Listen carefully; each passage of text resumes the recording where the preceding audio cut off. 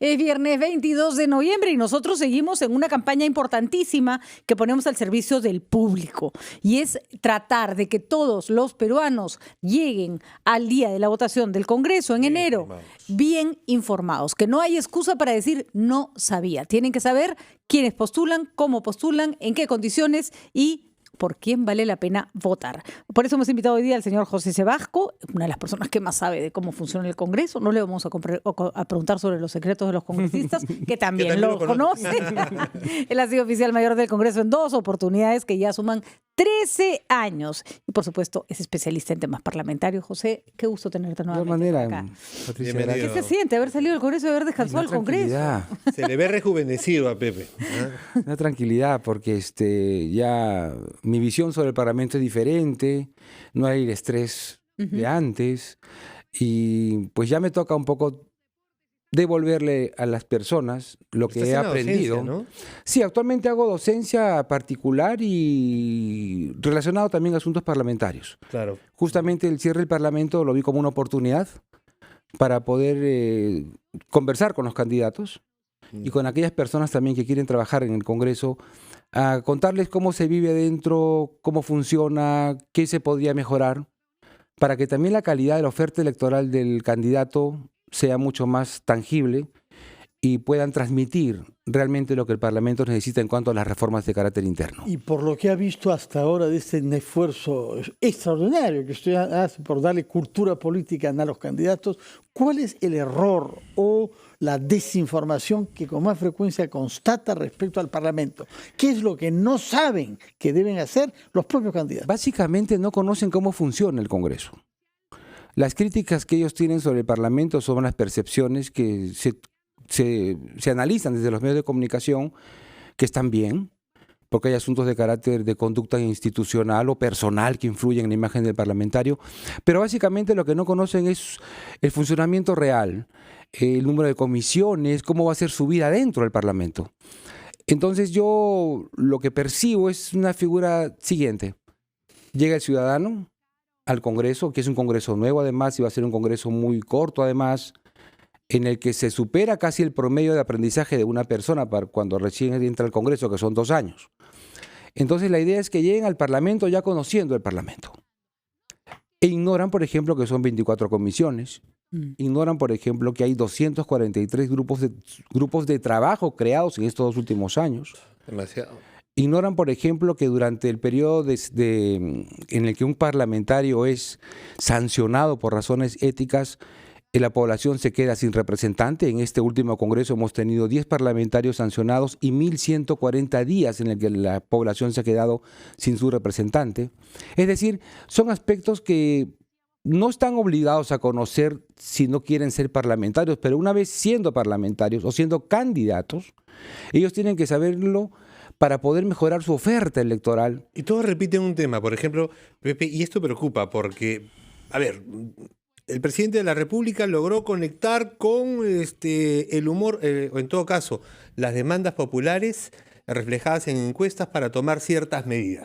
Y parece que ese esquema está queriendo ser copiado por los candidatos y entonces, como las encuestas dicen que la gente no quiere inmunidad parlamentaria, todos los candidatos dicen no a la inmunidad parlamentaria. ¿Qué te parece? Eso es algo que lo he conversado con los candidatos.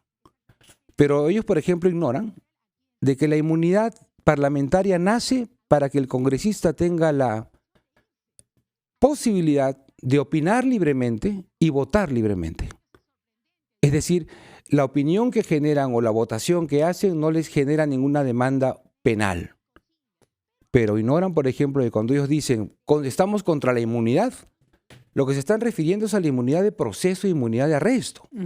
A lo que se refieren es a ese tipo de protección. Claro, para los sinvergüenzas que vienen con juicios, esa figura no debería alcanzar.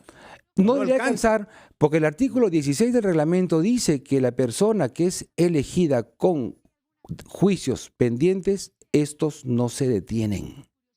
Entonces el juicio continúa. Y no son cubiertos, no deberían ser no les cubiertos alcanza por esa la inmunidad. Entonces el discurso que ellos dicen, vamos contra la inmunidad, ojo, pero la inmunidad también involucra que tengas la protección para opinar y la Inmunidad de protección función, también. eso se Claro. debe Hemos mantener. visto casos escandalosos, Sí. como el de general Donaire, no sé si llamarlo general, supongo que ha sido degradado, que fue defendido por algunos congresistas como Carlos Tubino, que era el único oficial general del mismo rango que pidió una consulta, que prolongó, porque solamente había sido condenado en primera instancia, etcétera, y que se prolongó una situación mientras que sus colegas militares estaban ya en la cárcel. Un caso tan escandaloso como ese. Eso no que ha debió ser terminado, cubierto, pues, ¿no? Como hemos sabido después, como un delincuente prófugo de la justicia, deshonrando el uniforme que llevaron Cáceres y Boloñés. Esa es la realidad de lo que se ha hecho. Esos son los grandes errores de la institución del Congreso que genera la mala imagen y la mala percepción. Entonces, inmunidad con precisiones. Eso es lo que tendremos que tener. Exacto. Y que no se preste a leguleyadas. ¿no es Exacto, cierto? exacto. Eso es lo que hay que hacer. El candidato tiene que mejorar su oferta electoral, pero para mejorarla tiene que nutrirse de la información necesaria, porque ¿qué sucede? Lo que sucede es que llega el ciudadano al Congreso y yo me imagino un ciudadano que entra caminando con una gran expectativa hacia un lugar que es un pantano. Entonces, mientras pasa el tiempo, el ciudadano camina dentro del Congreso y a los 5 años el ciudadano desaparece en el pantano. La pregunta es ¿por qué? Claro, porque el Congreso necesita reformas. Necesita saber tramitar las demandas ciudadanas, que es una de las funciones principales de representación que tiene el parlamentario, y que el ciudadano no siente que su demanda es atendida por el Se ha Congreso. trabajado un poco de espaldas y además, como ya los partidos políticos no hacen docencia, esa es la razón por la que llegan los congresistas nuevos en la luna, porque antes si pertenecías a un partido político sabías perfectamente a qué ibas al Congreso. Pero una de las críticas fuertes que se le ha hecho al Congreso es que somos uno de los congresos más caros en proporción administrativamente hablando. Y cuando uno revisa la cantidad de personal que hay por congresista, que podría dividirse por bancada, no quiere decir que el congresista no tenga los instrumentos para trabajar, tiene que tener todo lo que necesita, pero no mucho más de lo que necesita, ¿no? En ninguna oficina existe un conserje para cada gerente, en ninguna oficina existe una secretaria, las secretarias se comparten, los asesores también se comparten, podría hacerse cosas por bancada. ¿Se puede disminuir y mejorar la calidad del gasto dentro del Congreso? Sí. ¿Y de quién es la decisión? Sí. ¿De los propios congresistas? Es primero de los propios parlamentarios. Es un poco aplicar las economías de escala dentro del Congreso. Yo soy economista, De acuerdo. no soy abogado. Entonces veo la administración parlamentaria como algo de costo-beneficio. Durante mi primera oficialía mayor, el Parlamento funcionó con menos de 850 empleados. Hoy hay 3.000 y pico. De 800 a 3.000. Para claro. 130 congresistas. Sí, en esa época eran 80, fueron subiendo paulatinamente, pero también... Pero no en proporción. Pero no esa proporción geométrica, digamos, ¿no? ¿Cuándo creció más el número de los empleados? Crecieron a partir del año 2002, 2003. Hay mucha discrecionalidad. Por ejemplo, los miembros de las mesas directivas, ya, además de los privilegios que tienen, porque eso ya son privilegios, tienen extra, ¿no es cierto? Se les da algunas consideraciones más, pero que una vez que salen de la mesa directiva los pueden mantener 6 meses. Ese es por qué? decisión de la propia mesa directiva, haciendo un poco de analogía con lo que pasa con los ministros de Estado, que al salir de su mandato como ministros tienen 6 meses de seguridad, etcétera, etcétera, ¿no? Pero no es igual, Eso ¿no? No es igual. Porque el ministro es una persona que no ha sido elegida, no representa. Yo creo que ese nexo con la representación es que te tienes que parecer cada vez más al ciudadano, no alejarte de él, independientemente que lo de los ministros también se tenga que revisar, ¿no? Patricia, el congresista es un empleado del Del pueblo. ciudadano, Claro. efectivamente. O sea, es un empleado de él. En otros lugares, si bien es cierto, no hay un Congreso amado, porque casi todos los congresos en el mundo no llegan a un porcentaje alto de confianza ni aprobación por parte de la ciudadanía, pero existe un trabajo más sesudo para poder hacer que el ciudadano se sienta representado.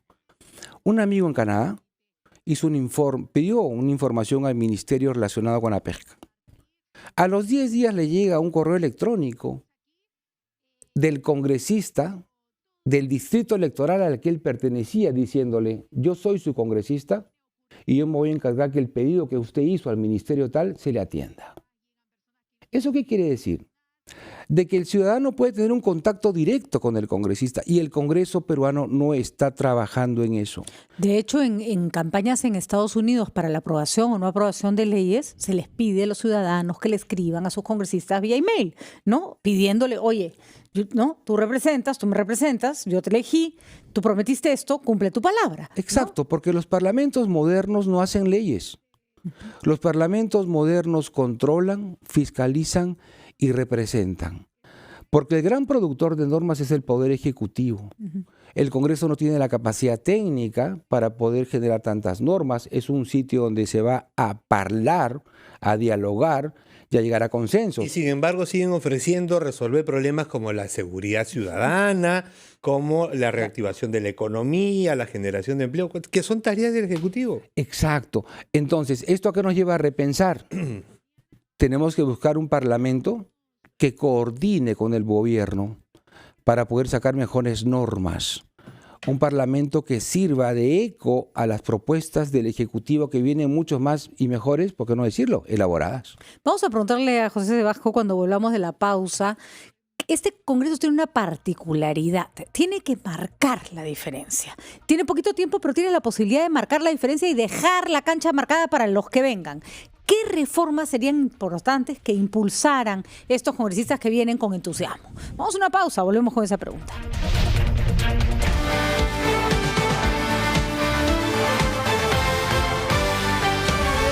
8 y 24 minutos. Yo me quiero ir. No, mentira, que me quiero ir. Estamos felices. Es que estamos en la previa de la gran final de la Copa Libertadores de América, que se juega mañana en el Estadio Monumental de Arte a partir de las 3. Gran cobertura de RPP. Y hoy hemos tenido el gusto de ser los facilitadores de una comunicación entre una novia que se va a casar mañana. Había programado la boda a las 2 de la tarde en una iglesia a la entrada de La Molina, ¿no? Y el dispositivo policial iba a impedir llegar. La pusimos en contacto con el jefe de la región policial en Lima y le han dado las facilidades, la han primero felicitado y le han dicho que no va a haber ningún problema con su boda. Ahora, eso sí, ese par de novios hasta que la muerte los separe. Sí, después de todo lo que... no vale separarse antes porque les ha costado a ellos y a RPP lograr y a la policía lograr este matrimonio feliz, Pero ¿no? estamos conversando de otras cosas con un invitado especial porque reaparece aquí en RPP, en los medios, José Chevasco, oficial mayor del Congreso. Estábamos repasando el perfil de los candidatos con quienes ya has conversado, José, y de se los me quedó... aspirantes al nuevo Congreso. Así es, y se me quedó una pregunta pendiente que me gustaría que José nos dé algunas luces. ¿Qué aspectos del funcionamiento del Congreso, específicamente, puede cambiar este Parlamento cortito que tiene dos características? Solo van a estar un corto tiempo y como no se pueden reelegir, no van a estar pensando en su futuro inmediato y parece un contexto importante para cambiar ciertas reglas que ayuden a mejorar el funcionamiento del Congreso. Se ha creado un espacio interesantísimo. Justamente lo has escrito bien, Patricia. Es el momento en el cual los parlamentarios pueden dividir sus funciones, pero básicamente hacer algo muy bueno para el Parlamento. Cambiar su forma de trabajo. Es muy engorroso.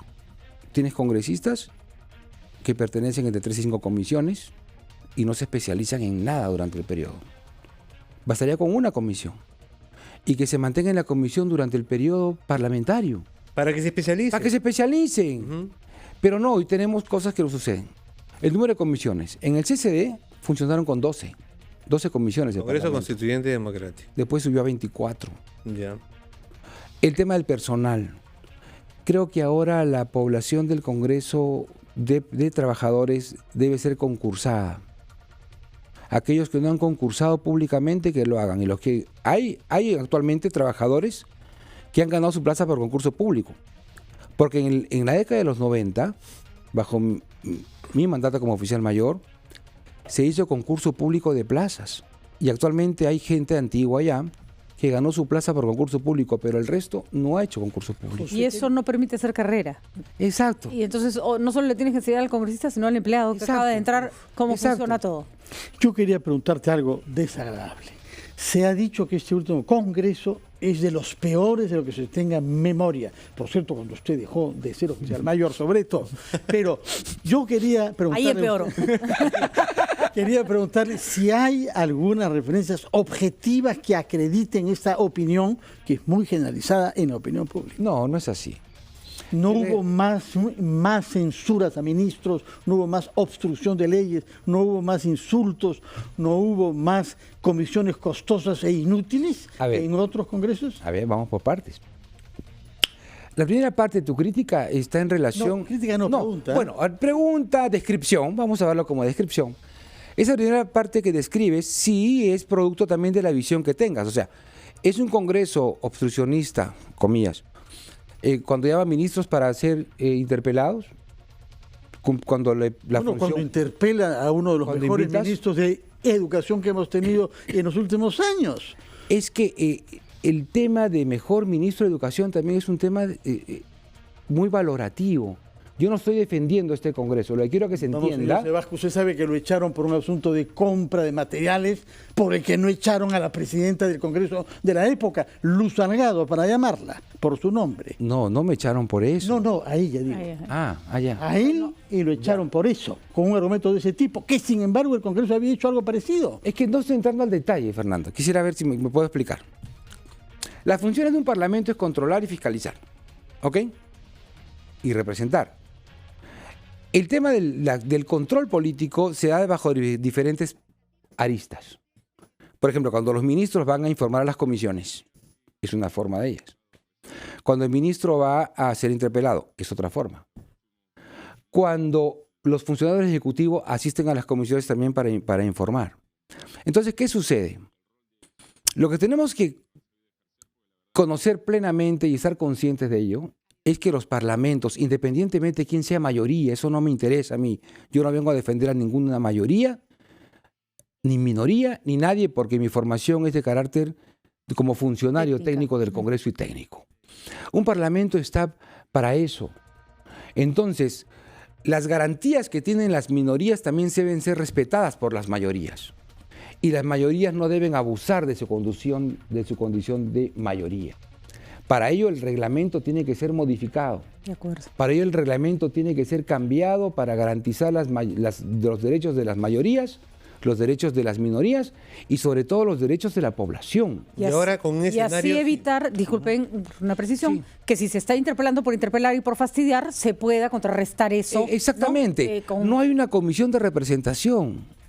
No, y además también había una cifra, se sacó una estadística que señalaba que en realidad el número de interpelados y censurados en este Congreso era mucho menor a los congresos anteriores. Pero yo quería... Hay que ver fondo y forma también, ¿no? Sí. Claro, pero hablando del número. Una pregunta última, José, que me alcanzan desde precisamente la producción. Y es preocupación de mucha gente. A ver. Los congresistas que forman parte de la actual comisión permanente, que todavía son congresistas, porque forman parte de esa comisión, ¿pueden postular o no? Sí. ¿Por qué? A ver, por favor. Pueden postular porque, primero, las normas de aplicación para esta elección son las mismas que fueron hace 2 años y medio. En segundo lugar, no hay la reelección para el siguiente periodo, y este es un periodo complementario, están dentro del mismo periodo. ¿No? Los parlamentarios pueden postular, los de la permanente pueden, si quieren, pueden pedir licencia para que no se confunda que ellos están ganando cuando están en campaña electoral, y por razón de ellos pueden pedir licencia, porque si fuese obligatoria la licencia, durante el periodo de licencia el ciudadano se quedaría sin representante. De acuerdo. Cosa que no puede suceder. Muy bien, esa es la opinión entonces de José Sebasco, oficial mayor del Congreso. Recordemos que la última palabra la tiene el Jurado Nacional de Elecciones en este punto, pero es importante recoger las opiniones especializadas. Muchísimas gracias. Te quito un segundo. Uno. Por favor.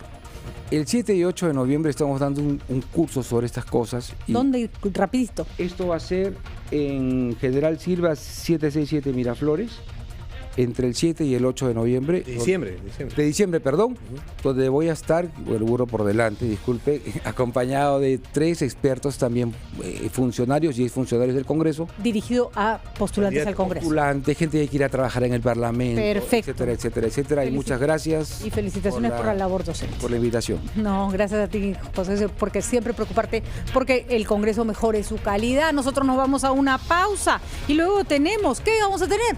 Justamente postulantes al Congreso. Una que la conocen, otra que no la conocen tanto, y así vamos a poder comparar propuestas. Para equilibrar, experiencia y juventud. Así listo, ya está. 8:32. Regresamos aquí en RPP.